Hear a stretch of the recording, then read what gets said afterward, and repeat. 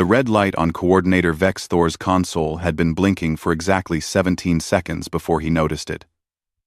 Those 17 seconds would haunt him later. The Quellan shifted his forearms across the control panel, his eyes widening as the audio feed came through. This is Theta 7 mining colony. We are under attack. Repeat. We are under attack. Scarix raiders have breached our habitat dome. They have hostages. Please, anyone, help us. The voice belonged to a Kren female. Vex's Thor could hear the fear in her words. Behind her plea, he heard other sounds. Children crying. Weapons firing. The harsh laughter of Scarix raiders enjoying their work. Vex Thor's hands moved fast across his console. He had worked at the Galactic Emergency Response Network headquarters for 23 years. He knew every protocol, every procedure, every response team in this sector of space. The information came up on his screen, and his heart sank. The closest qualified response team was stationed at Outpost Keller. They were 14 hours away, at maximum speed.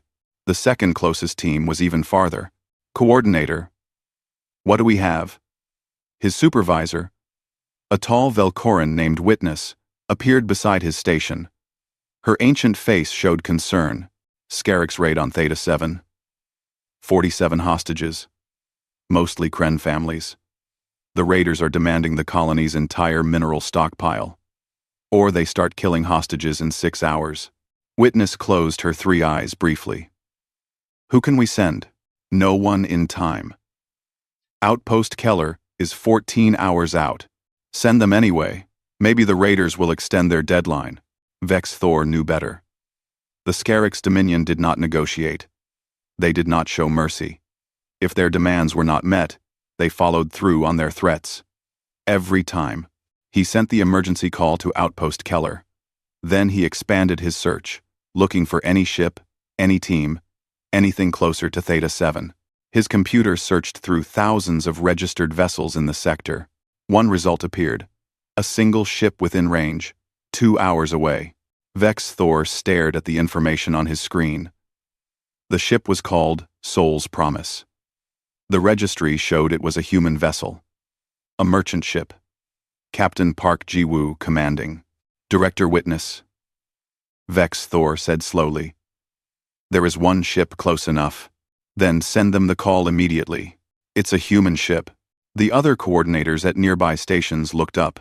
One of them, a Draxon named Kellis, made a sound that might have been a laugh.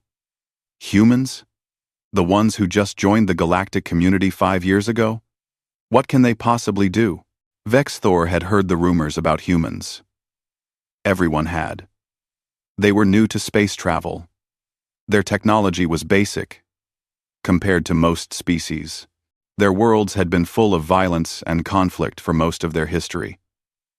Most galactic citizens thought humans were primitive, aggressive, unpredictable, but the regulations were clear. Any ship within range of an emergency call must be notified. It was the law. Send them the call, Witness said firmly. We have no choice. 47 lives depend on it. A word. Vex Thor opened the communication channel. He sent the emergency broadcast to Soul's Promise. He did not expect much. Maybe the humans would acknowledge the call and say they could not help. Maybe they would not respond at all. The response came in less than 30 seconds. Harmony Nexus. This is Captain Park Ji-woo of Soul's Promise. We have received your emergency call. We are changing course now. We will reach Theta 7 inches, 1 hour and 53 minutes. We will handle it. The voice was calm. Steady. There was no fear in it. No hesitation. Just simple confidence. Vex Thor blinked all 4 eyes. Captain Park, are you certain? This is a hostage situation with armed raiders. Do you have military training? Combat experience? Tactical equipment? We have what we need, Coordinator. Soul's Promise is responding. Send us all the information you have on the situation. We will review it on approach. The channel closed. Vex Thor sat very still, staring at his console. Around him, the other coordinators were silent. Kellis spoke first. They said they will handle it. Just like that. As if rescuing hostages from Scarix raiders is simple work. Humans are strange, another coordinator said. Perhaps they do not understand what they are facing. Or perhaps they are simply foolish, Kellis added. Witness raised one long hand for silence. We gave them the call. Now we must trust them. Send all the data we have on Theta 7 to Sol's Promise. Monitor their approach, and pray to whatever gods you believe in that those humans know what they are doing. Vex's Thor sent the data package. It contained everything. The colony's layout, the number of raiders, the type of weapons they carried, the condition of the hostages, everything that might help. He watched his screen as Sol's Promise changed course. The ship was moving fast now, pushing its engines hard. The human ship was heading straight toward danger, without any backup, without any military support, without any guarantee of success. Vex Thor thought about the Kren families on Theta 7. The children he had heard crying in the background of that first call. He thought about the 6-hour deadline. He thought about the 14 hours it would take for real help to arrive. He had given an emergency call to a species that most of the galaxy considered barely civilized. A species that had no reputation for emergency response. A species that had never proven themselves in a situation like this. But he had no choice. And somewhere in his chest, in the place where his people felt hope, something unexpected stirred. That human captain's voice had been so calm, so certain, as if he had done this before, as if rescuing hostages was just another day's work. Captain Park, Vex Thor whispered to himself, please know what you are doing. Please be ready for this. 47 lives are depending on you. On his screen, Sol's Promise continued its fast approach to Theta 7. The small human ship looked tiny against the stars, but it was moving with purpose, with determination. In 1 hour and 53 minutes, they would find out if humanity's first emergency response in galactic space would be a miracle or a disaster. The red light on Vex Thor's console continued to blink. The distress call from Theta 7 continued to broadcast. And somewhere in the darkness of space, a human ship raced toward the unknown, carrying hope that no one else believed in. Captain Park Ji-woo stood in the center of Sol's Promise's small bridge, reading the data from Harmony Nexus. His face showed no emotion, but his mind was working fast. 47 hostages, 23 Scarix raiders. 6 hours until they started killing people. Minseo, how fast can we get there? Kim Min-seo looked up from her engineering station. The young woman's fingers flew across her controls. If I push the engines to maximum, 1 hour and 48 minutes. But we will need 4 hours of cooldown after. Do it. We are not worried about after, if we do not solve now. Yes, Captain. Park turned to his other crew members. Lee Hana sat at the medical station, already preparing supplies. Choi Sung-min was reviewing the tactical data at the security console. These 3 people were his entire crew. A merchant ship did not need many people. But right now, Park was grateful for each of them. Everyone. Listen carefully, Park said. We have less than 2 hours to plan a hostage rescue. The raiders are Scarix. They are violent. They do not negotiate. They do not show mercy.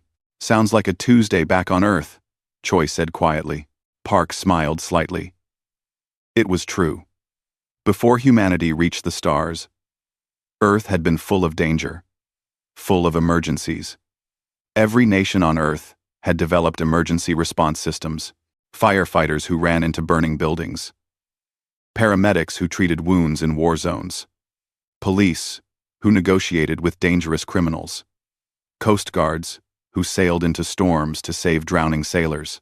Growing up on Earth meant learning how to handle emergencies. Every human child learned basic first aid in school. Every human adult knew what to do when disaster struck. It was part of their culture, part of their history. When you lived on a planet with earthquakes, tsunamis, fires, floods, and human conflicts, you learned to be ready for anything. Park had been a firefighter in Seoul before he became a ship captain. Lee Hana had worked as an emergency room doctor in Busan. Choi Sung-min had spent 10 years as a crisis negotiator with the Seoul police. Kim Min-seo had been part of a disaster response engineering team. They had all come to space looking for adventure, for new opportunities. They had not expected to face the same emergencies they had left behind on Earth. But emergencies, Park knew, were universal. Danger existed everywhere. People needed help everywhere. And humans, it seemed, could not stop themselves from answering when someone called for help. Hana, what medical supplies do we have? Park asked. Enough for 50 people? Maybe 60 if we stretch it?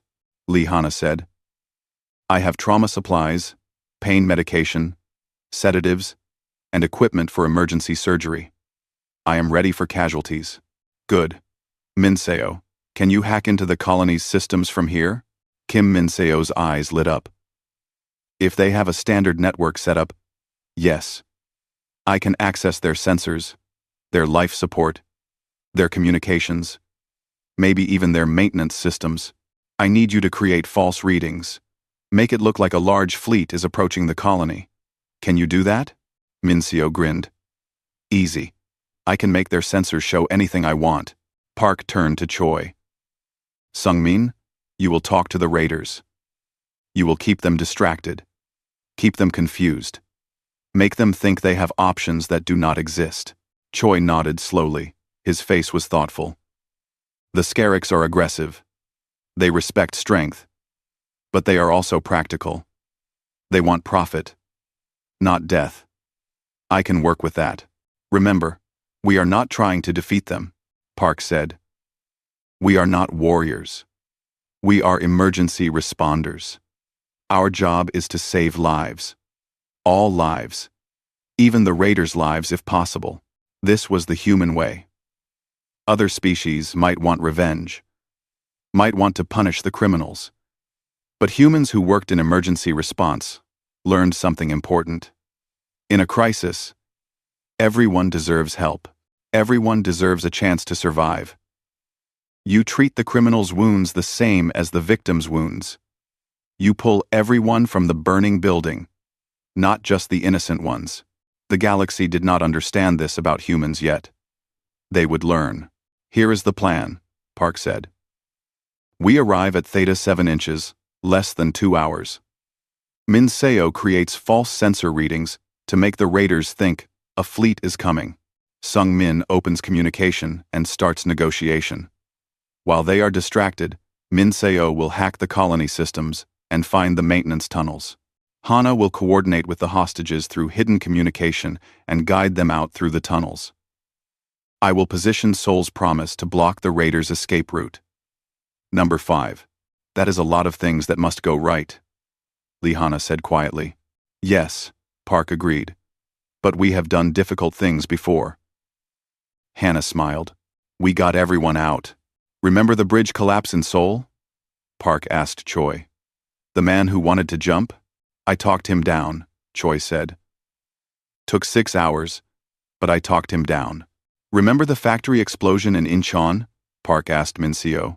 When we needed to shut down the gas lines before the whole building went up? I remember, Min-seo said.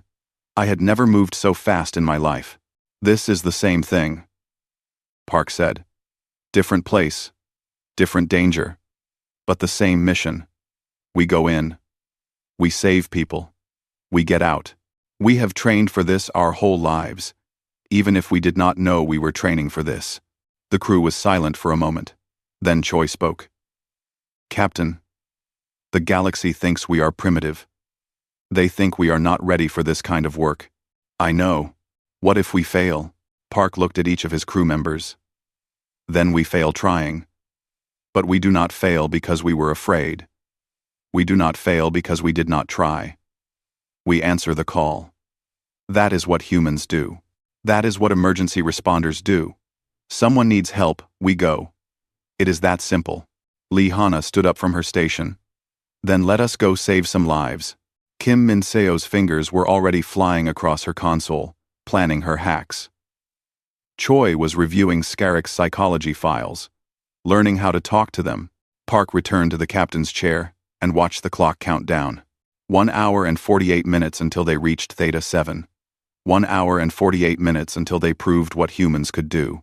1 hour and 48 minutes until the galaxy learned that Earth's children brought more than technology to the stars. They brought something more valuable. They brought the knowledge of how to face disaster without fear, how to help others without hesitation, how to run toward danger when everyone else ran away. Soul's Promise flew through space, engines pushed to their maximum. Inside the small ship, 4 humans prepared to do what their species had always done. They prepared to answer an emergency call. They prepared to face impossible odds. They prepared to save lives. And they did it all, without any doubt that they would succeed. Because on Earth, doubt killed people. Hesitation killed people. Fear killed people. So humans learned to push those feelings aside and just act, just move, just help. The galaxy was about to learn what that meant. Soul's Promise raced toward Theta 7, carrying hope on its wings. Soul's Promise dropped out of faster-than-light travel exactly 1 hour and 48 minutes after receiving the emergency call. The small merchant ship appeared in Theta 7's orbit like a ghost, materializing from nothing. On the bridge, Captain Park Ji-woo studied the colony below. The mining settlement looked peaceful from space, but his sensors told a different story. The main habitat dome showed signs of weapons fire. Life support was still functioning, but barely. And scattered across the dome's interior were the heat signatures of 70 living beings. 23 signatures showed the larger body mass of Scarrick's raiders. 47 showed the smaller signatures of Kren hostages. Min-seo, begin the false readings, Park said calmly. Kim Min-seo's fingers danced across her console. Sending now. Their sensors will show 5 ships approaching from the edge of the system. Large ships. Military configuration. How long before they realize the ships are not real? Maybe 30 minutes if they are smart. Maybe an hour if they are not. Good enough. Sung-min. Open communication with the raiders. Waven. Choi Sung-min took a deep breath. Then he pressed the communication button. This is the merchant vessel Soul's Promise, calling the Scarrick's forces at Theta 7 colony. We are here to help resolve this situation peacefully. The response came quickly. A harsh voice filled with anger and suspicion. Merchant vessel? You are alone. You are nothing. Leave now, or we destroy you. I understand your position, Choi said. His voice was calm, friendly even. You have hostages. You have demands. You want to leave with the minerals and no one hurt. That is a reasonable goal. Park watched Choi work. This was the human way of crisis negotiation. You did not threaten. You did not insult. You acknowledged what the other person wanted. You made them feel heard. You made them think they had control, even when they did not. The Scarrick's voice paused. You understand? R1. Of course. You came here for profit. Violence is just a tool to get what you want. But violence is messy. It brings attention. It brings problems. What if we can help you get what you want without all those problems? Back at Harmony Nexus, Coordinator Vexthor watched this exchange on his monitor. Around him, other coordinators had gathered. They stared at the screen in confusion. What is the human doing? Kellis asked. He is talking to them as if they are friends. He is building trust. Witness said quietly. The old Velcorin's face showed something that might have been approval. He is making them believe he is on their side. It is clever. Numb. On Soul's Promise, Kim Min-seo whispered to Captain Park. I am into their systems. The colony has maintenance tunnels running under the habitat dome. The raiders do not know about them. I can guide the hostages through the tunnels to an emergency airlock on the far side. Show Hana the route, Park said. At the medical station, Hana studied the tunnel map that appeared on her screen. Then she accessed the colony's emergency communication system. It was a backup network designed to work even if the main systems failed. The raiders would not know it existed. She sent a message to the Kren hostages. Simple words, clear instructions. This is rescue team from Soul's Promise. We are here to help. When we signal you, move to the maintenance tunnel entrance in the northwest corner. Follow the tunnel to emergency airlock 7. We will be waiting. Inside the habitat dome, a Kren mother named Selah felt her personal communicator vibrate. She looked at the message. Her eyes went wide. She carefully showed it to the Kren next to her, then to the next. The message passed from hostage to hostage, hidden from the raiders who watched them. Hope, which had died in their hearts hours ago, began to grow again.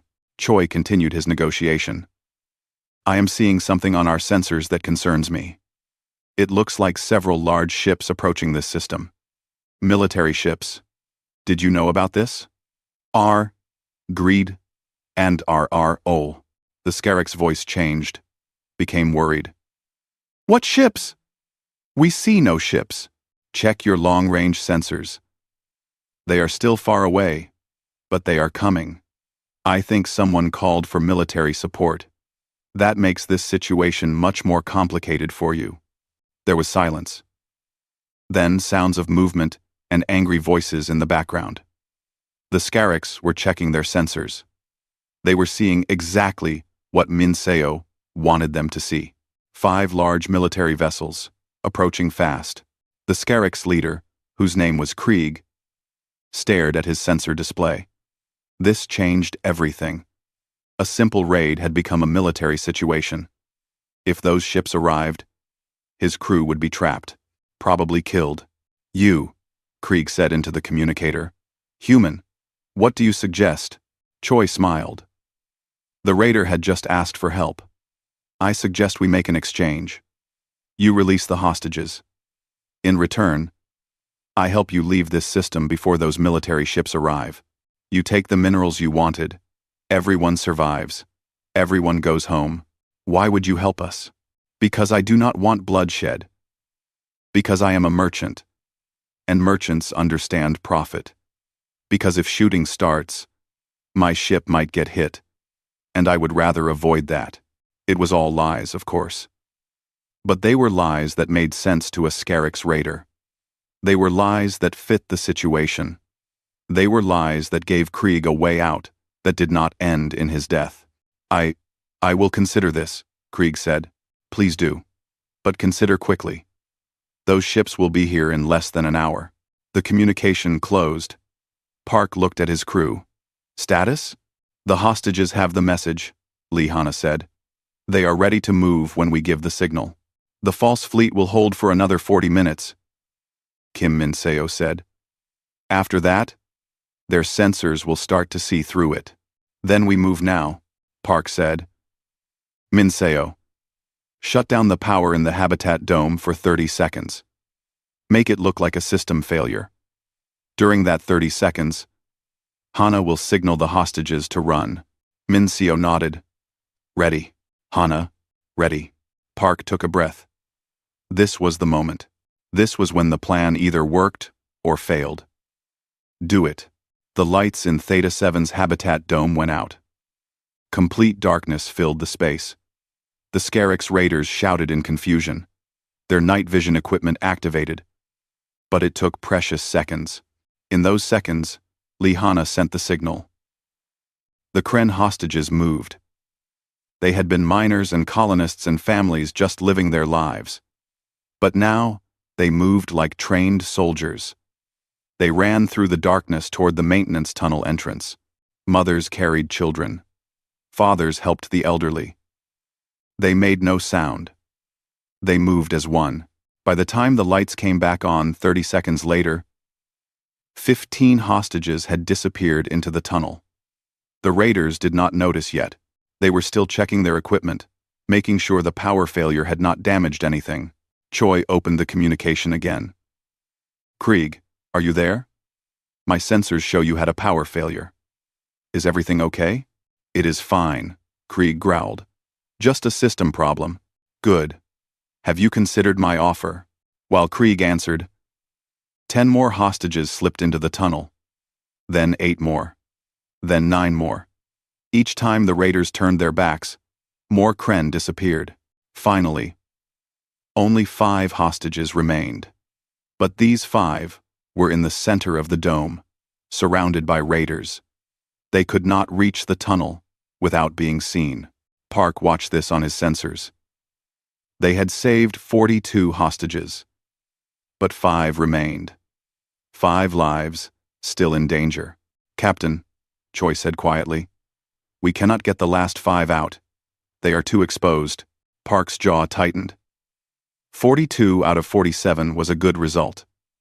Most emergency responders would take that number and be happy. But Park had been a firefighter. He knew what happened when you left people behind. He knew how those faces haunted your dreams. Keep negotiating, Park said. I am thinking of something. On his console, a new message appeared. It was from Coordinator Vexthor at Harmony Nexus. Soul's promise. You have done the impossible. 42 hostages are safe. This is already a miracle. Do not risk yourselves for 5 more. Park read the message. Then he deleted it. Vexthor was right. It was a miracle. But humans did not stop at miracles. They pushed for more. They pushed for everyone. New plan, Park said. Sung-min, you are going to do something crazy. Choi. Sung-min looked at Captain Park. How crazy are we talking? I need you to offer yourself as a hostage in exchange for the remaining 5 Kren. The bridge of Soul's promise went silent. Lee-hana stopped what she was doing. Kim Min-seo turned away from her console. Both women stared at their captain. Captain, Hana said slowly. That is suicide. No, Park said. It is a calculated risk. Sung-min is our negotiator. He knows how to talk to dangerous people. He knows how to survive. And most importantly, once he is down there, we have a person on the inside. Choi thought about this. His mind worked through the possibilities, the dangers, the opportunities. Then he smiled. It was the kind of smile he used to wear back in Seoul when he was about to do something that terrified him. I will do it, Choi said. But Captain, promise me something. If this goes wrong, you get everyone else out. Do not wait for me. I will come back for you, Park said. That is my promise. No one gets left behind. That is the human way. Choi nodded. Then he opened the communication channel again. Krieg, I have a proposal. A way to show my good faith. A way to prove I want to help you. What proposal? The Scarix sounded suspicious. I will come to the colony. In person. I will be your hostage. In exchange, you release the 5 remaining Kren. They mean nothing to you anyway. But having a human hostage? That gives you leverage against those military ships that are coming. At Harmony Nexus, the coordinators watching this exchange could not believe what they were hearing. The human is volunteering to be a hostage? Kellis said. This is madness. But Witness leaned forward, her ancient eyes sharp. Or it is brilliance. Watch. Inside the habitat dome, Krieg considered this offer. It made no sense. No species he knew would volunteer to become a hostage.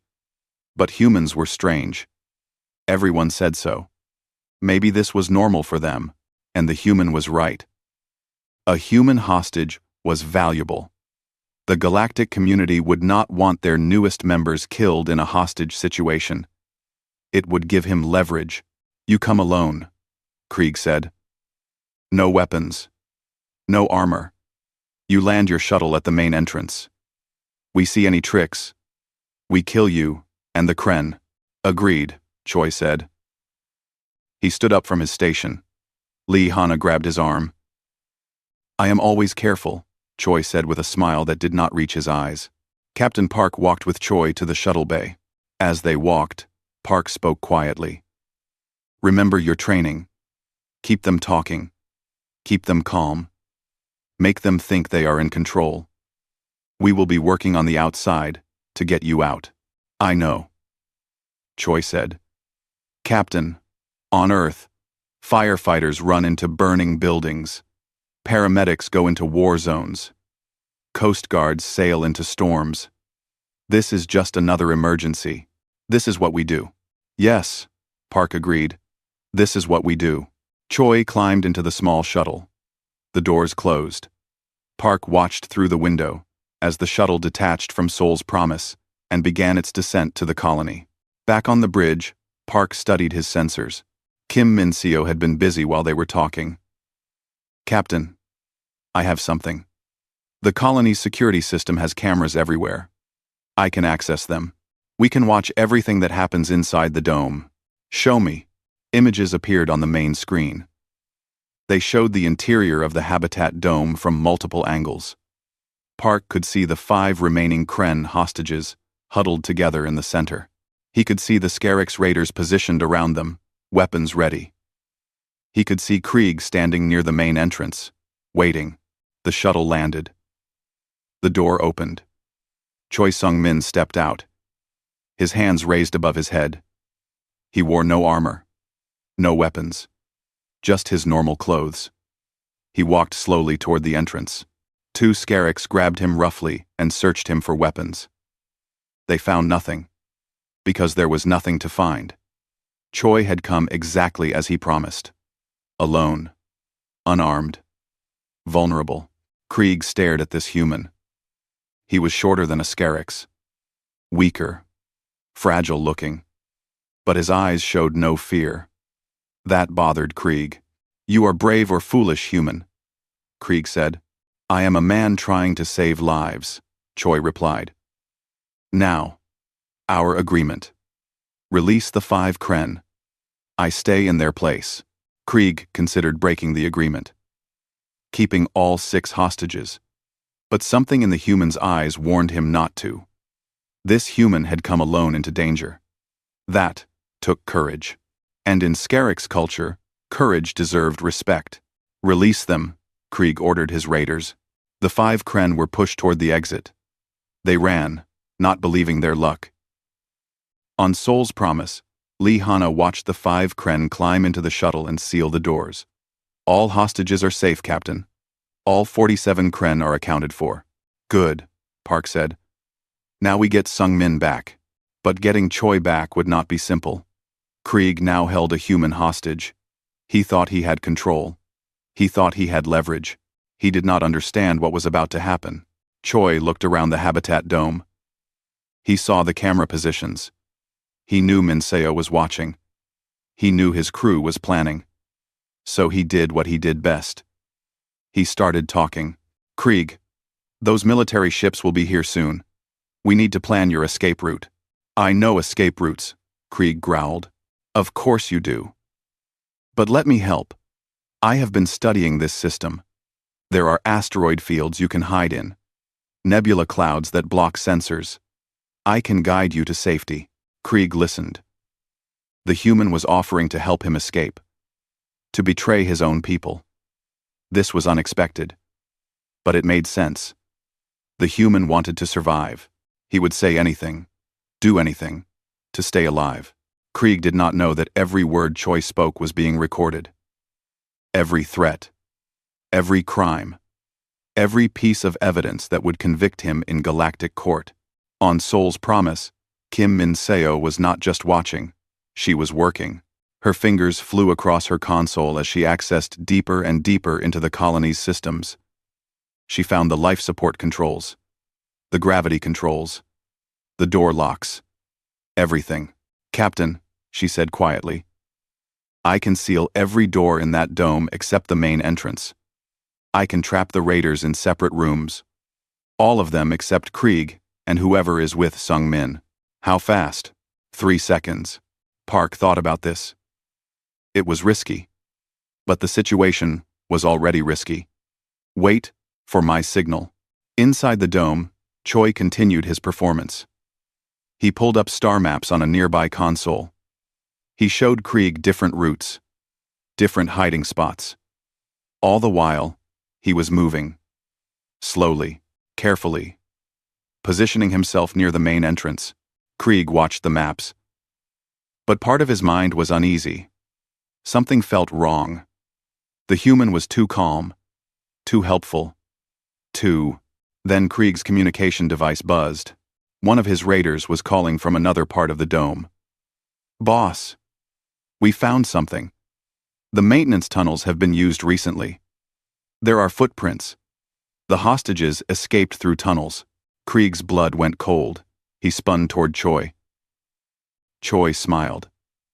It was not a friendly smile. "Yes. We got them out. While you were worried about fake military ships that do not exist." Krieg roared in anger. He grabbed his weapon and pointed it at Choi's head. "I will kill you, human. I. You could do that," Choi said calmly. "But then what? You have no hostages, no leverage, no escape plan. And I have been recording everything you said for the past 10 minutes. Every threat, every crime. It is all on record now, being transmitted to Harmony Nexus in real time." Krieg's hand shook. The weapon trembled. He wanted to pull the trigger. But the human's words made sense.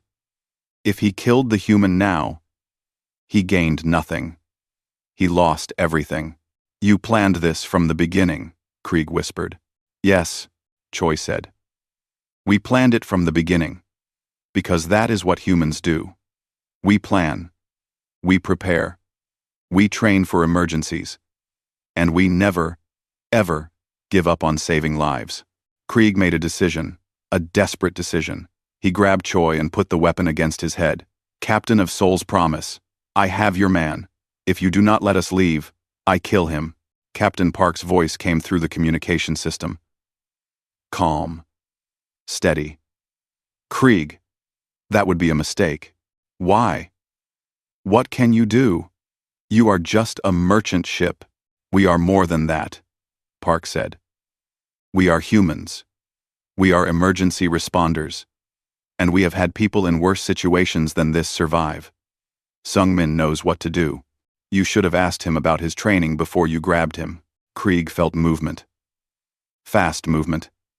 The human in his grip had grabbed his weapon arm, had twisted it with shocking strength and speed. The weapon clattered to the floor. Choi had trained in hand-to-hand combat for 10 years with Seoul Police. He had taken weapons from armed suspects hundreds of times. Krieg was bigger and stronger, but Choi was faster, and he knew exactly where to strike. Krieg fell to the ground, gasping. Choi grabbed the weapon and backed toward the exit.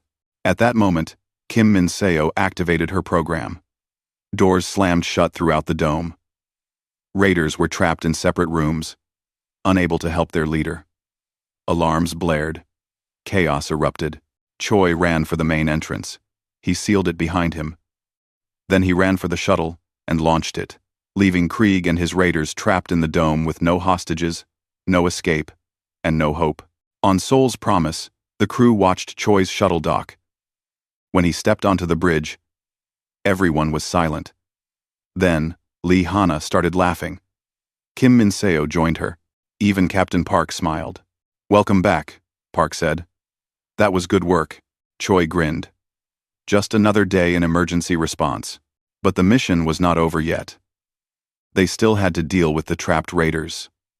3 days after the rescue at Theta 7, Captain Park Ji-woo stood in a conference room at Harmony Nexus Station. The room was full of beings from dozens of different species. They all stared at him and his crew. Coordinator Vex Thor stood at the front of the room. His forearms gestured as he spoke. "Captain Park, we asked you here today because the galactic community needs to understand what happened at Theta 7. We need to understand how 4 humans on a merchant ship accomplished what should have been impossible." Park looked at his crew. Lee Hana sat calmly, her medical bag at her feet. Kim Min-seo was studying the aliens in the room with curious eyes.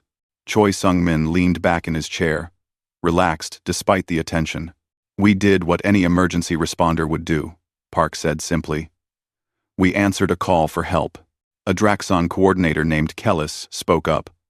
But you had no military training, no combat experience, no authorization to conduct a rescue operation. How did you know what to do? Park smiled slightly. We had all of those things, just not the kind you recognize. He stood up and walked to the front of the room. On the wall screen behind him, images began to appear. Images from Earth. Images from humanity's history. This is Seoul, my home city, during a fire that happened 12 years ago, Park said. The image showed flames reaching into the sky, buildings burning, and tiny figures in protective gear running toward the fire, not away from it. I was one of those firefighters. We rescued 23 people from that building. We did it because that is what firefighters do. We run toward danger. Another image appeared. A hospital emergency room, full of wounded people. This is where Dr. Lee Hanna worked before coming to space. She treated gunshot wounds, car accident victims, heart attacks, and everything else you can imagine. She learned to save lives while chaos happened all around her. She learned to stay calm when everyone else panicked. Another image. A tense standoff on a bridge. Police surrounding a desperate man. This is the kind of situation Choi Sung-min handled for 10 years. Crisis, negotiation, talking to people who were ready to hurt themselves or others. Finding the words that would save lives instead of ending them. Another image. A collapsed building with rescue workers digging through the rubble. This is the kind of disaster where Kim Min-seo learned her skills. Earthquakes. Floods. Explosions. She learned how to make broken systems work again. How to find solutions when everything was falling apart. Park turned to face the assembled coordinators. On Earth, we did not have a galactic community to call for help. When disaster struck, we only had each other. So, we built systems. We trained people.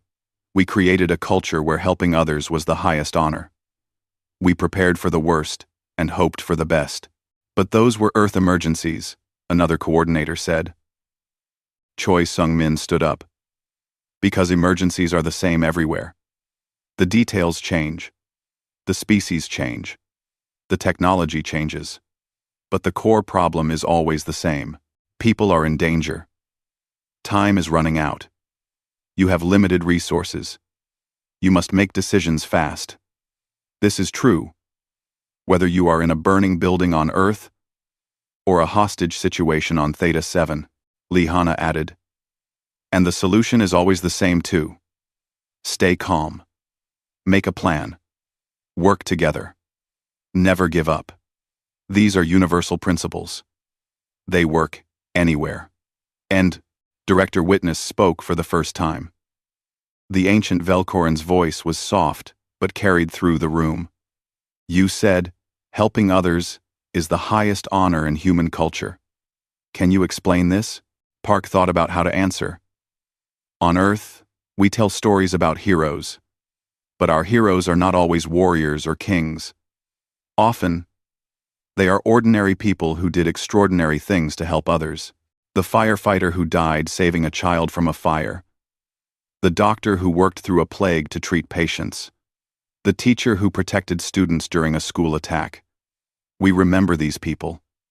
We honor them. We teach our children to be like them. And every human learns these values? Vexthor asked. Every human child learns basic first aid in school, Kim Min-seo said. We learn what to do if someone is choking. If someone is bleeding.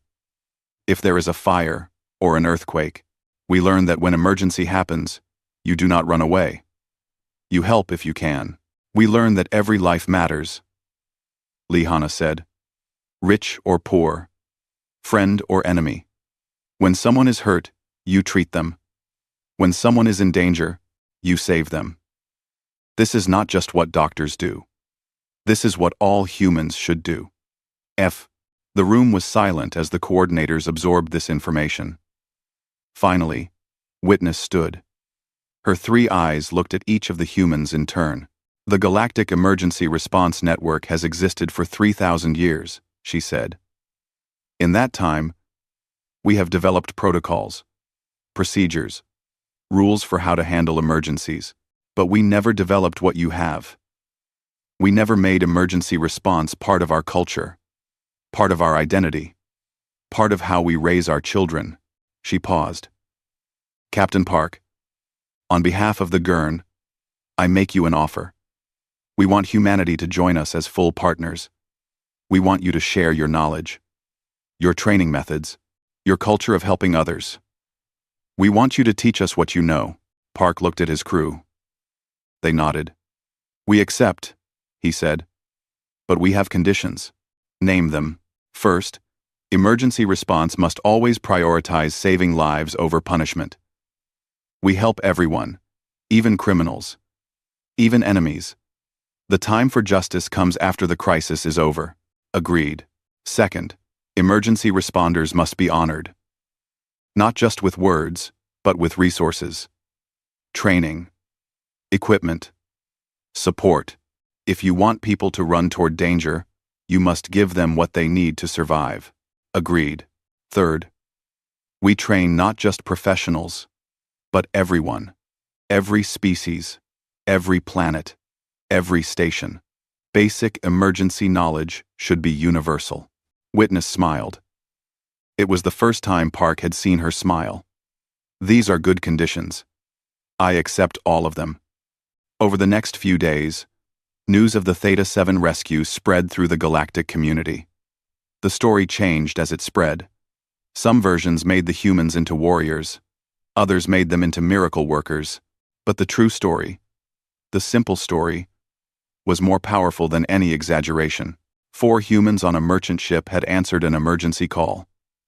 They had saved 47 hostages, using nothing but intelligence, courage, and training. They had done it without violence, without weapons, without the military support that other species thought was necessary. Requests began to flood in. Colony worlds wanted human emergency responders stationed nearby.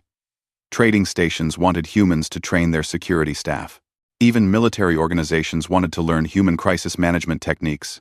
The Kren families from Theta 7 sent a petition to their government. They wanted humans to be permanently welcome in their system. They wanted their children to learn from humans. They wanted to adopt the human culture of helping others.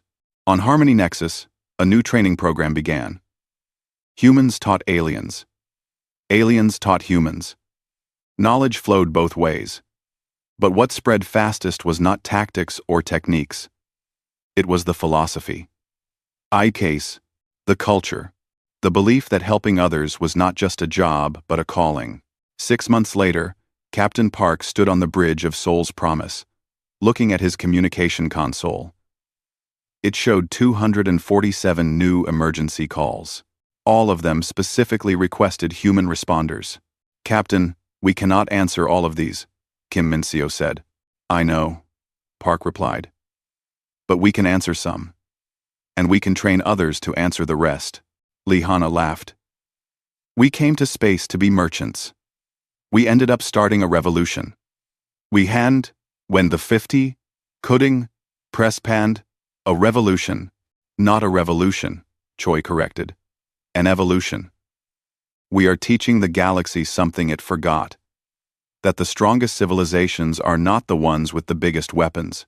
They are the ones that take care of each other." Park smiled. He thought about Earth, about the firefighters and paramedics and police and rescue workers who had taught him everything he knew. They had never expected to change the galaxy. They had just wanted to help their neighbors. But their lessons had traveled farther than they could have imagined. From Sol to the stars. From one small planet to thousands of worlds. The human way of emergency response was spreading, and with it, something more important: hope. The belief that when disaster struck, help would come. That when you called out in darkness, someone would answer. That no matter how bad things got, there were people trained and ready and willing to run toward danger to save you. This was humanity's gift to the galaxy. Not technology, not weapons, not even knowledge. But the simple, powerful idea that everyone deserves help.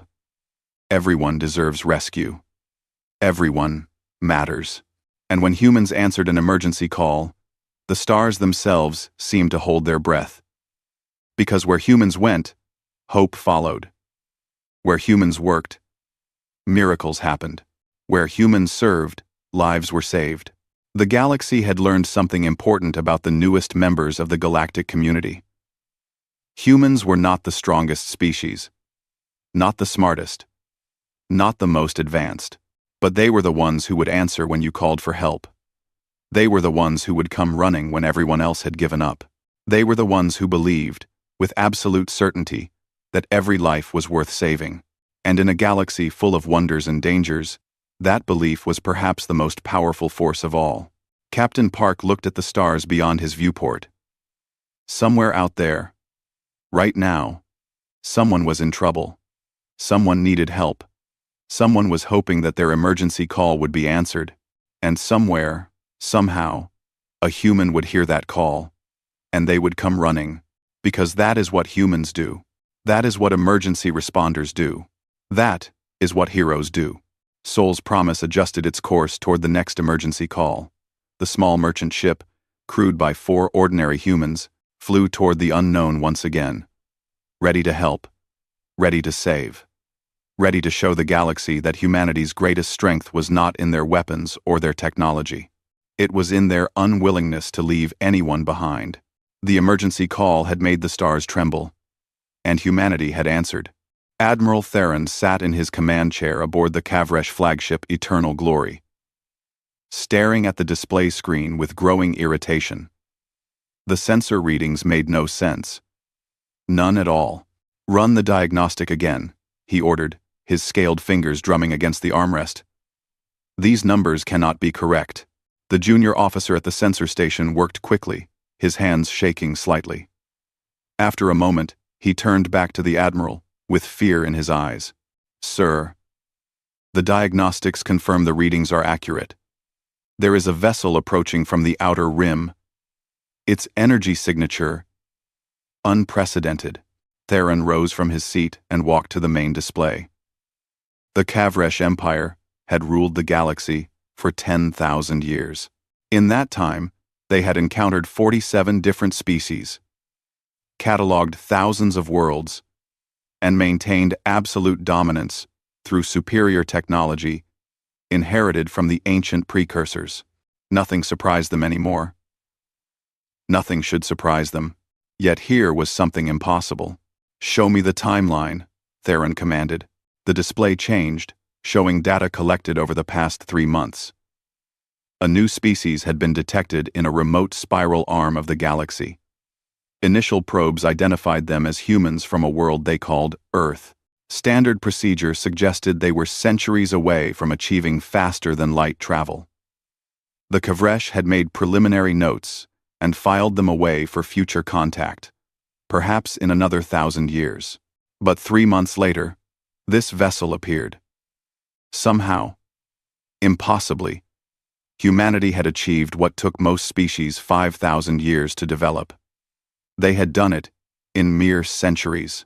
"What class of vessel is it?" Theron asked. The sensor officer hesitated. "Our computer cannot classify it properly, sir. The mass suggests a dreadnought-class warship, but the dimensions are wrong. It is too large.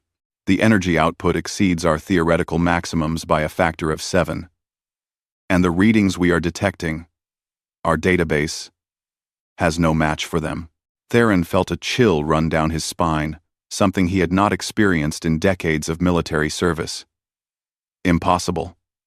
Show me the visual." The screen shifted to display an enhanced image of the human vessel. It was massive, easily twice the size of the Eternal Glory. Its hull was dark, almost black, with strange geometric patterns across its surface. No decorative elements, no proud emblems of conquest. It looked purely functional, built for a purpose that Theron could not identify. "It is heading directly toward our core systems," another officer reported. "Current trajectory will bring it to the capital world within 2 weeks." 2 weeks? Theron snapped. Faster than any recorded vessel in galactic history, sir. Their faster-than-light drive operates on principles we cannot identify. This was unacceptable. A species that should be primitive, barely worthy of attention, had somehow leaped ahead of established galactic civilization. They were approaching Kavresh space in a vessel that made their most powerful warships look weak. "Assemble the patrol fleet," Theron ordered. "We will intercept them at the border. I want 12 ships, full combat readiness. If these humans pose a threat, we will eliminate them before they penetrate any deeper into our territory." The bridge crew moved quickly to execute his orders. Within an hour, 12 Kavresh warships had assembled and jumped to faster-than-light speed, racing to intercept the unknown human vessel. Theron returned to his command chair, his mind racing through possibilities. Perhaps the humans had discovered a precursor cache, stumbled upon ancient technology they did not fully understand. That would explain the sudden leap. It would also make them dangerous, unpredictable. Species that found technology they had not earned rarely used it wisely. "Sir, we are receiving additional data from our deep space monitoring stations," the communications officer announced.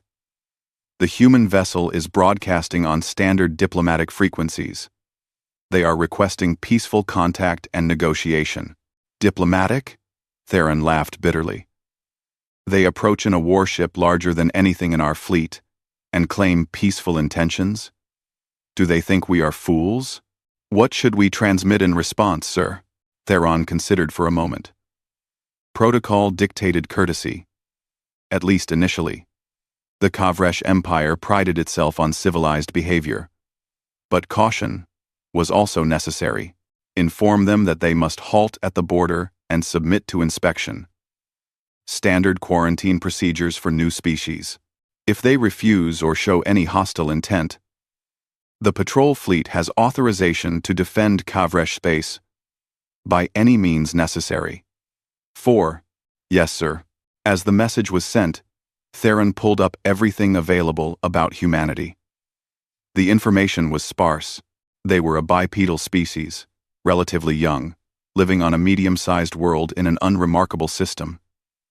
Their planet had an unusually high gravity compared to most inhabited worlds. Their atmosphere was rich in oxygen, which made it mildly toxic to many galactic species. They had only unified their world within the last century, after thousands of years of constant warfare. That last detail caught Theron's attention. Thousands of years of warfare?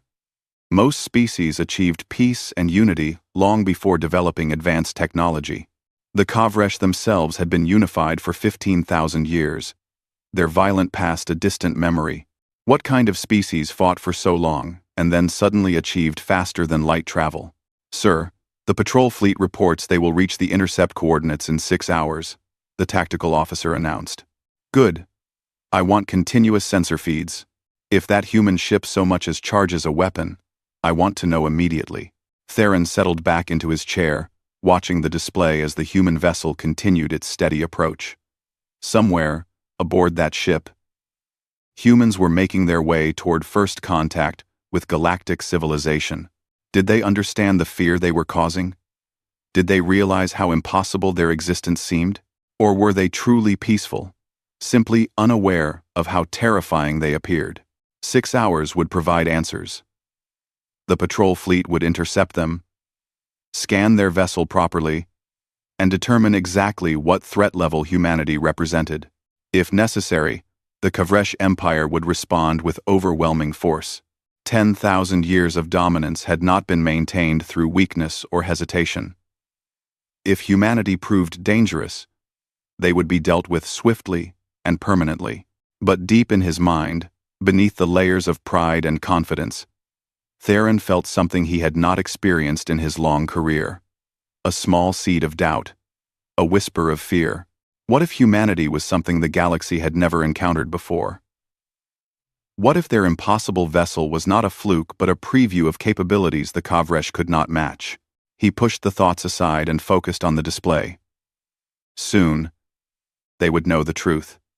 Soon, humanity would be revealed as either a lucky, primitive species or something far more concerning. The countdown to intercept continued, and across Kavresh space, military commanders began to quietly prepare for the worst. Captain Sarah Chen stood on the bridge of the UHNS Indomitable, reviewing the diplomatic protocols one more time. Everything had to be perfect.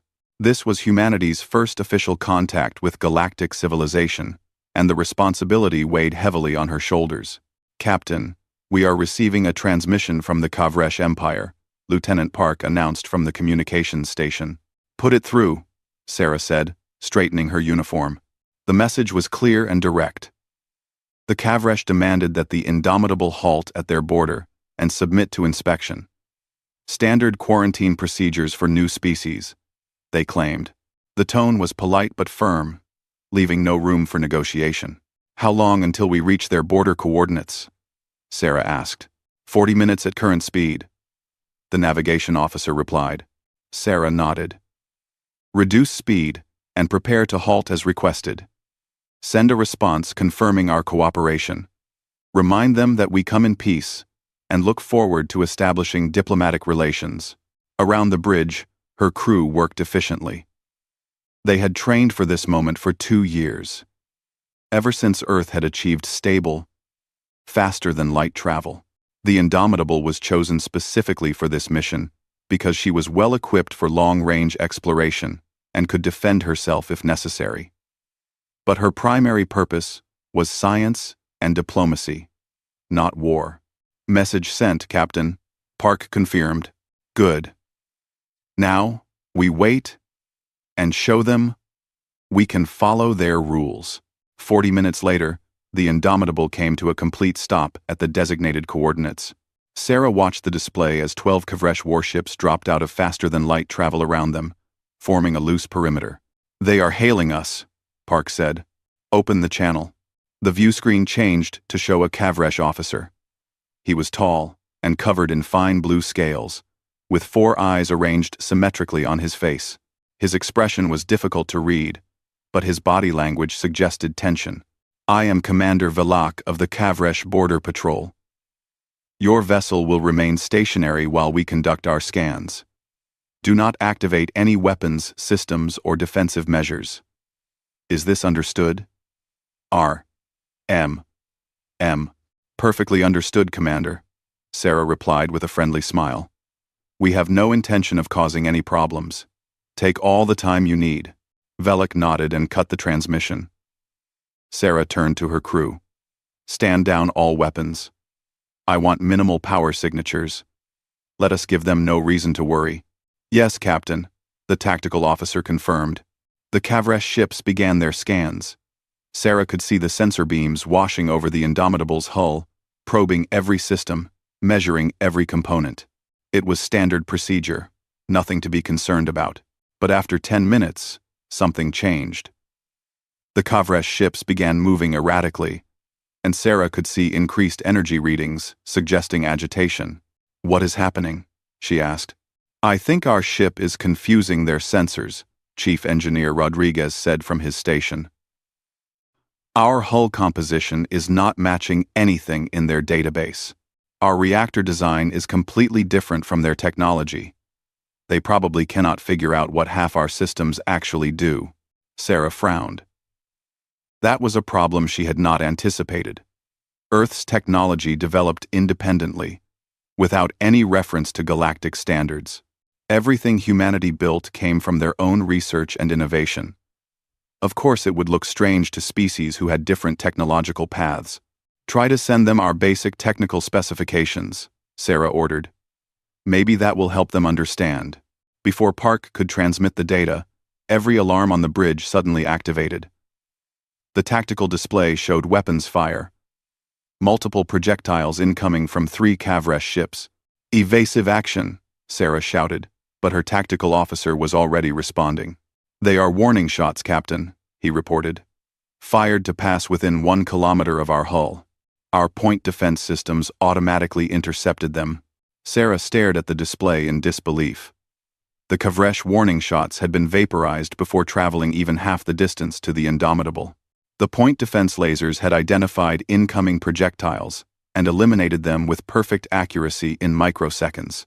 On the view screen, she could see the Kavresh ships pulling back, their formation breaking apart in obvious confusion. "Get me Commander Velek immediately," Sarah demanded, her voice tight with anger. The view screen flickered, showing the Kavresh commander. He looked shocked, his 4 eyes wide with what Sarah recognized as fear. "Why did you fire on us?" Sarah asked sharply. "We complied with every instruction. We powered down our weapons. We remained stationary. And you responded by shooting at us?" "Those were warning shots," Velek stammered. "Standard procedure to test defensive capabilities." "Standard procedure? You fired weapons at a diplomatic vessel during a peaceful inspection?" Sarah could feel her temper rising. "Is this how the Kavresh Empire treats species, seeking peaceful contact? If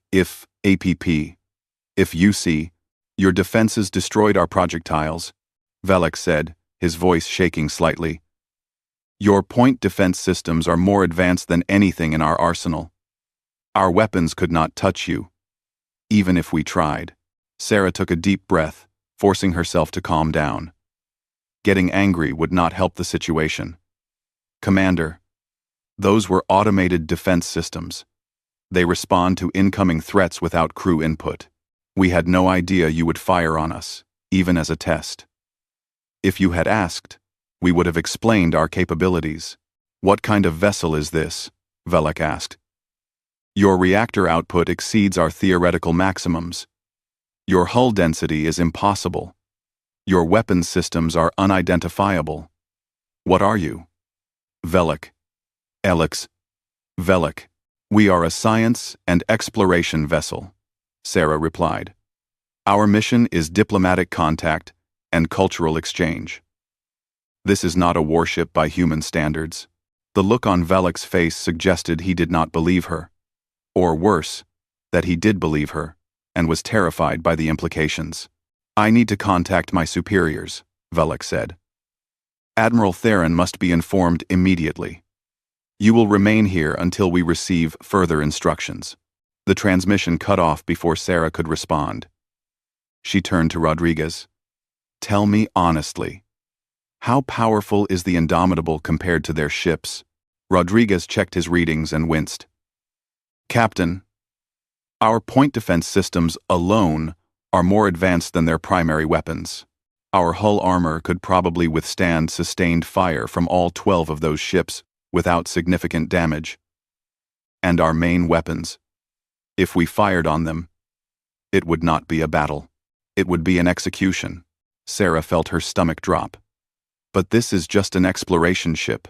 We have minimal armament for self-defense." "By human standards, yes," Rodriguez agreed.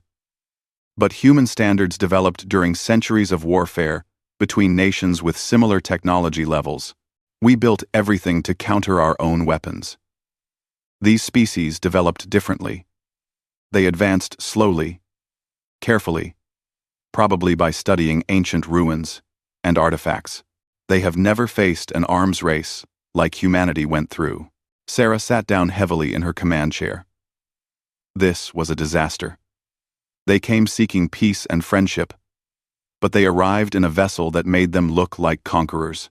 The galaxy saw the Indomitable not as a diplomatic ship but as a terrifying weapon. "Open a channel to Earth," Sarah ordered. "We need guidance. I think we may have started first contact very badly." As Park worked to establish the connection, Sarah looked at the Kavresh ships maintaining their nervous distance. Somewhere on one of those vessels, Admiral Theron was receiving a report that would make him fear humanity, and Sarah had no idea how to fix it. The High Council chambers of the Kavresh Empire were built to inspire awe. Massive pillars stretched toward a vaulted ceiling decorated with murals depicting 10,000 years of galactic dominance. Representatives from 47 different species occupied the circular seating arrangement, each delegation positioned according to their status and importance within the Empire. Today, the chamber was filled with tension so thick it felt like a physical presence. Sarah Chen walked down the central aisle toward the speaking platform, her boots echoing on the polished stone floor. Chief Engineer Rodriguez walked beside her, carrying a data tablet containing the technical information humanity had prepared for trade negotiations. Behind them, 4 security personnel maintained professional vigilance. Every eye in the chamber followed their progress. Sarah had faced dangerous situations before, but this was different. She could feel the fear radiating from the assembled delegates. They looked at her as if she were a predator that had wandered into their midst. She reached the platform and turned to face the council. Admiral Theron sat in the position of military authority, his scaled face set in a stern expression. Beside him, Council Member Velrax represented the civilian government. A tall being with pale skin and too many fingers. Captain Chen, Velrax began, his voice carrying through the chamber without need for amplification. You have been granted this emergency audience to explain your presence in Kavresh space. The Council wishes to understand your intentions. Sarah took a breath and began the speech she had practiced. Honored Council members, I bring greetings from humanity and the United Human Nations. We come in peace, seeking to establish diplomatic relations with galactic civilization. We wish to engage in cultural exchange, scientific cooperation, and mutually beneficial trade. We understand we are newcomers to this community, and we hope to learn from your wisdom and experience. It was a good speech, carefully worded to show respect and humility. But Sarah could see it was not working. The delegates looked even more frightened than before. You speak of peace, Theron said coldly, yet you arrive in a vessel of war. You speak of learning, yet your technology surpasses our most advanced systems. Explain this contradiction. 1 The UHNS Indomitable is not a warship, Sarah replied firmly. It is an exploration and science vessel designed for long-range missions. By human standards, it carries minimal weaponry. Murmurs rippled through the chamber. Several delegates leaned toward each other, whispering urgently. Perhaps a demonstration would help, Rodriguez suggested quietly. Show them what we brought for trade. Sarah nodded. With the Council's permission, we prepared technical specifications to demonstrate human capabilities and potential areas of cooperation. Velrax gestured approval. Proceed. Rodriguez activated the data tablet, and holographic displays appeared above the speaking platform. He began with basic concepts, showing humanity's approach to faster-than-light travel, their antimatter containment systems, and their quantum computing networks. The reaction was immediate and catastrophic. Delegates jumped to their feet, shouting in their various languages. Several appeared to be experiencing panic attacks. One delegate near the back collapsed and had to be assisted by their aides. Order, Velrax shouted, his voice cutting through the chaos. We will have order. In this chamber, slowly. The delegates returned to their seats. But the fear had intensified. Sarah looked at Rodriguez in confusion. What just happened? Just happened. I think we showed them too much too quickly, Rodriguez whispered back. Theron stood, his posture radiating hostility. You dare to come here and flaunt your weapons technology? You display capabilities that should not exist, systems that violate known physical principles. And you call this trade negotiation? These are not weapons, Sarah protested. These are basic technologies we use every day. Transportation systems, computers, power generation. This is how we live. Your antimatter containment alone is more advanced than our most sophisticated research facilities, Theron said. Your quantum networks operate at speeds we cannot achieve. And these are your basic technologies? Yes, Sarah replied, genuinely confused by the reaction. We developed these systems over centuries of research. They are not unusual for us. Velrax raised one of his many hands, calling for calm. Captain Chen, I think there is a fundamental misunderstanding that must be addressed. In galactic civilization, we advance by studying the ruins and artifacts of the precursors, an ancient race that vanished millions of years ago. We learn from what they left behind. We progress slowly, carefully, by understanding technology that already existed. This is how all known species have developed. Sarah felt understanding beginning to dawn. But we did not find any ruins. We did not have any artifacts to study. We developed everything ourselves. From basic principles. Exactly, Velrak said. And that is what terrifies us. You built everything from nothing, following your own scientific path. Your technology does not match our frameworks because you invented completely different frameworks.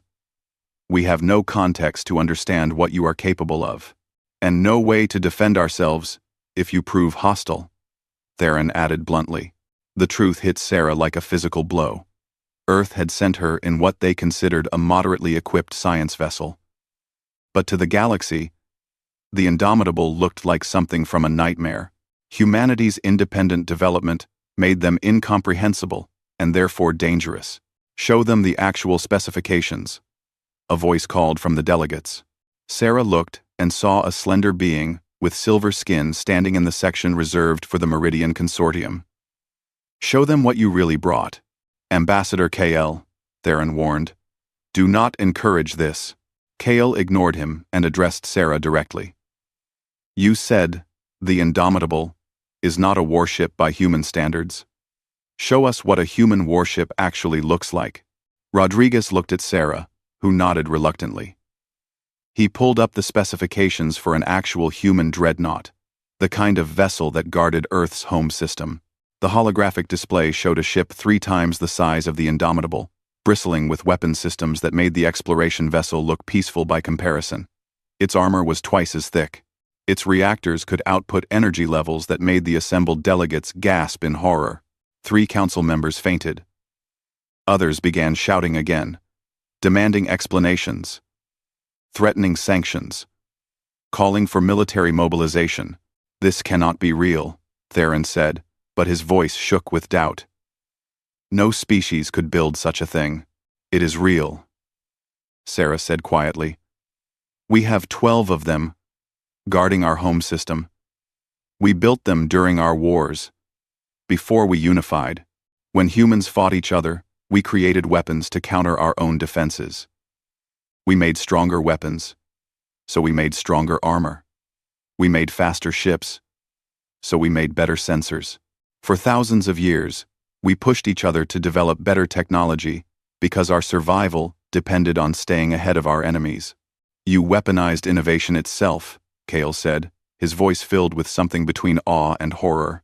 Yes, Sarah admitted, and when we finally stopped fighting each other and unified our world, we had technology that apparently no one else in the galaxy possesses. We did not know. We had nothing to compare ourselves to. We thought we were normal. Normal, Theron repeated bitterly. Velrak stood slowly, his many fingers trembling. Captain Chen, I must ask you directly. What are humanity's intentions? Why did you really come here? Sarah looked around the chamber at the frightened faces of dozens of species. She thought about Earth's instructions, about the carefully worded diplomatic goals, about the hope that humanity could join galactic civilization as peaceful partners.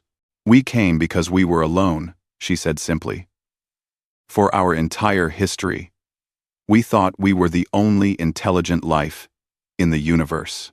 When we finally achieved faster-than-light travel and detected your civilizations, we were overjoyed. We are not alone. There are others out here. We wanted to meet you, to learn from you, to share what we know. We wanted friends. Friends, Kael repeated softly. You came seeking friendship, but you arrived looking like conquerors. We did not know, Sarah said, and she heard her voice break slightly. We did not understand how different we were. We just wanted to say hello. Admiral Theron stood in the Strategic Command Center, deep within the Kavresh capital, watching tactical displays that showed the deployment of the Empire's war fleet. Around him, military commanders from a dozen different species coordinated what would be the largest military mobilization in 5,000 years. The Third Fleet has reached defensive positions around the core worlds, Commander Velek reported. The 5th and 7th Fleets are moving to reinforce the border. Total strength, 476 warships, against 1 human exploration vessel, Theron muttered. And I am still not certain we could win. The door to the command center opened, and Council Member Velrax entered, his expression grim. Admiral, I must protest this mobilization. Captain Chen has given us no reason to believe humanity intends violence. She brought a ship that could destroy our fleet, Theron replied sharply. She showed us weapons we cannot defend against. Whether she intends violence or not, humanity represents an existential threat to the Empire. She showed us technology, Velrax corrected. There is a difference, is there? Theron turned to face the council member directly. For 10,000 years, we have maintained peace through strength. Every species in the galaxy knows that challenging the Kavresh Empire means defeat. But humanity? They could challenge us successfully. They could win. Once that knowledge spreads, our authority collapses.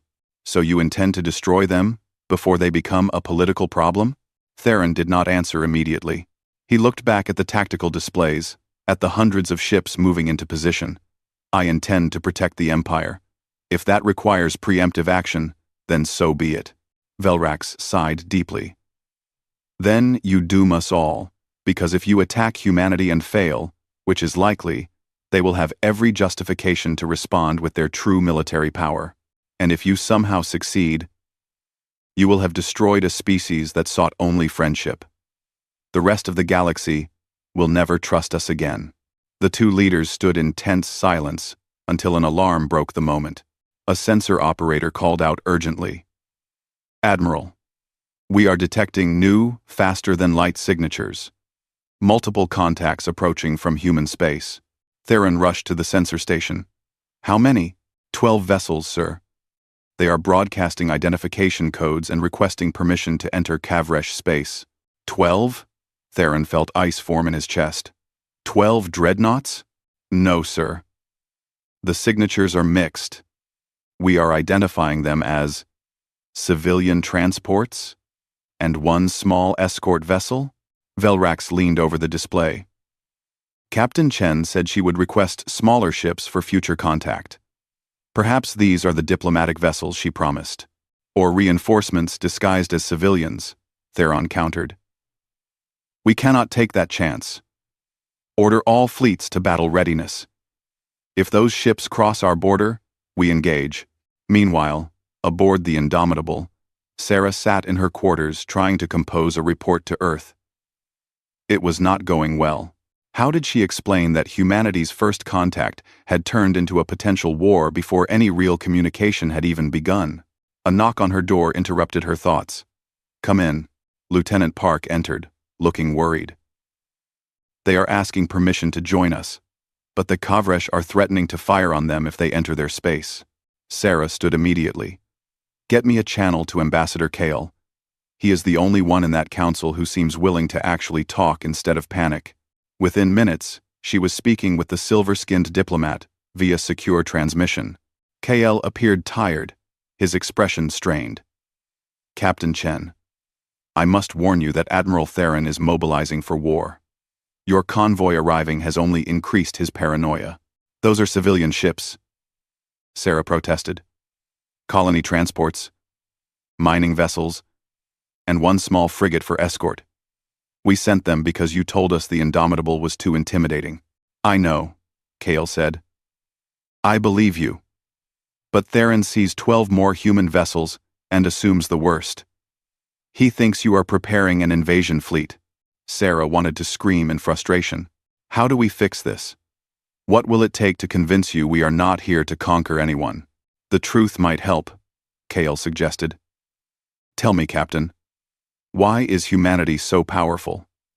What happened on your world that made you develop such advanced technology? Sarah considered for a moment, then made a decision. Can you arrange for me to address the High Council one more time? Not a formal session. Something smaller, more personal. I want to show them something. Kale hesitated. I can try. Earth's history. The real story of how we became what we are. Several hours later, Sarah stood before a smaller gathering in a council meeting room. Theron was there, along with Velrax, Kael, and representatives from the most influential species in the Empire. The atmosphere was tense, but at least they had agreed to listen. Sarah connected her data tablet to the display system. You asked why humanity is so powerful. You wondered how we develop technology that seems impossible to you. I want to show you the answer. But I warn you, it is not pleasant. She began playing recordings from Earth's history. Ancient wars fought with primitive weapons. Cities burning. Millions dying. Then, more advanced wars, with more terrible weapons. Bombs that could destroy entire cities in seconds. Biological weapons that killed indiscriminately. Chemical weapons that turned battlefields into nightmares. The assembled delegates watched in growing horror as humanity's violent past unfolded before them. Sarah narrated, her voice steady despite the pain of revisiting these dark chapters. We spent 10,000 years fighting ourselves, she explained. Not against alien invaders. Not against external threats. Against each other. Humans against humans. We developed weapons to kill our own kind more efficiently. We created defenses to protect ourselves from our own innovations. Every technological advancement was immediately weaponized because that was how we survived. The display showed nuclear detonations. Mushroom clouds rising over devastated landscapes. We nearly destroyed ourselves multiple times. We came within minutes of total annihilation. More than once. But we learned. Slowly, painfully. We learned that cooperation was better than conflict. The scenes shifted to show humanity's gradual unification. Treaties signed. Weapons decommissioned. Nations joining together. It took us thousands of years of suffering to understand what you already knew. That peace is better than war. That working together achieves more than fighting alone. Sarah paused the display and faced the delegates directly.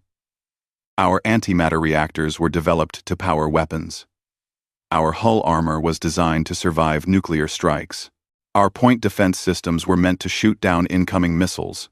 Every system on the Indomitable exists because at some point in our history, we needed it to survive a threat we had created ourselves. You are warriors, Theron said quietly. Your entire species was forged in conflict. We were warriors. Sarah corrected. Past tense. We unified our world a century ago. We have not had a major war since then. We are trying to be better than our history. That is why we came here. We want to do things differently. We want to be builders instead of destroyers. Velrax spoke thoughtfully.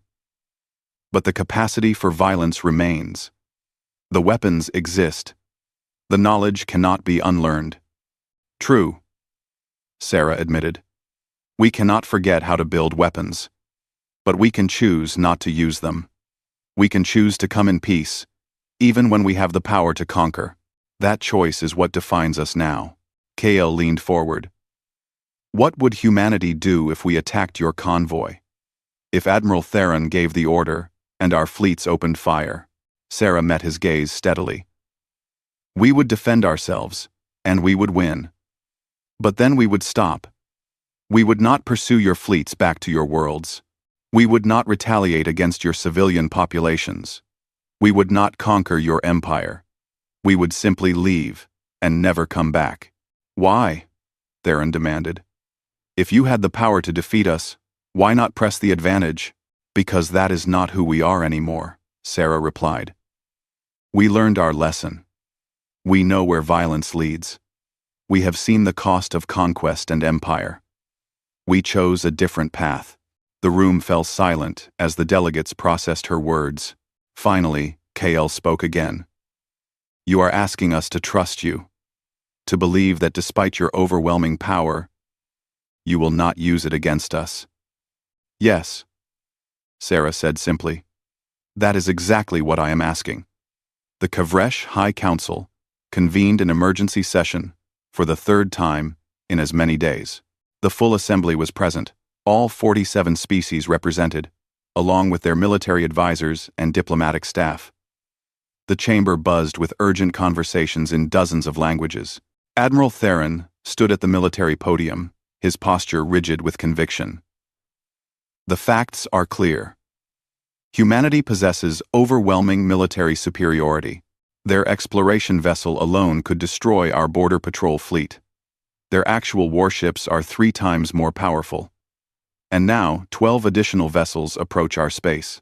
We must act now, while we still have the advantage of numbers. What advantage? Council Member Velrax countered from the civilian podium. You mobilized 400 ships against 13 human vessels. And by Captain Chen's admission, only one of those 13 is even a military ship. The rest are civilian transports. You propose starting a war against a species that has demonstrated only peaceful intentions. Peaceful intentions backed by weapons that could annihilate us, Theron shot back. I do not question Captain Chen's sincerity. I question humanity's long-term goals. Today they seek friendship. But tomorrow? What happens when they realize they could take whatever they want? Ambassador Kale stood, requesting recognition. When acknowledged, he addressed the full council. I have spent the last 2 days studying the historical records Captain Chen provided. I have consulted with our xenopsychology experts and strategic analysts, and I have reached a conclusion that many of you will find difficult to accept. The chamber quieted, waiting for him to continue. Humanity is not lying to us, Kale said. They truly do seek peaceful coexistence. But more importantly, they are afraid of themselves. Murmurs rippled through the assembly. Theron looked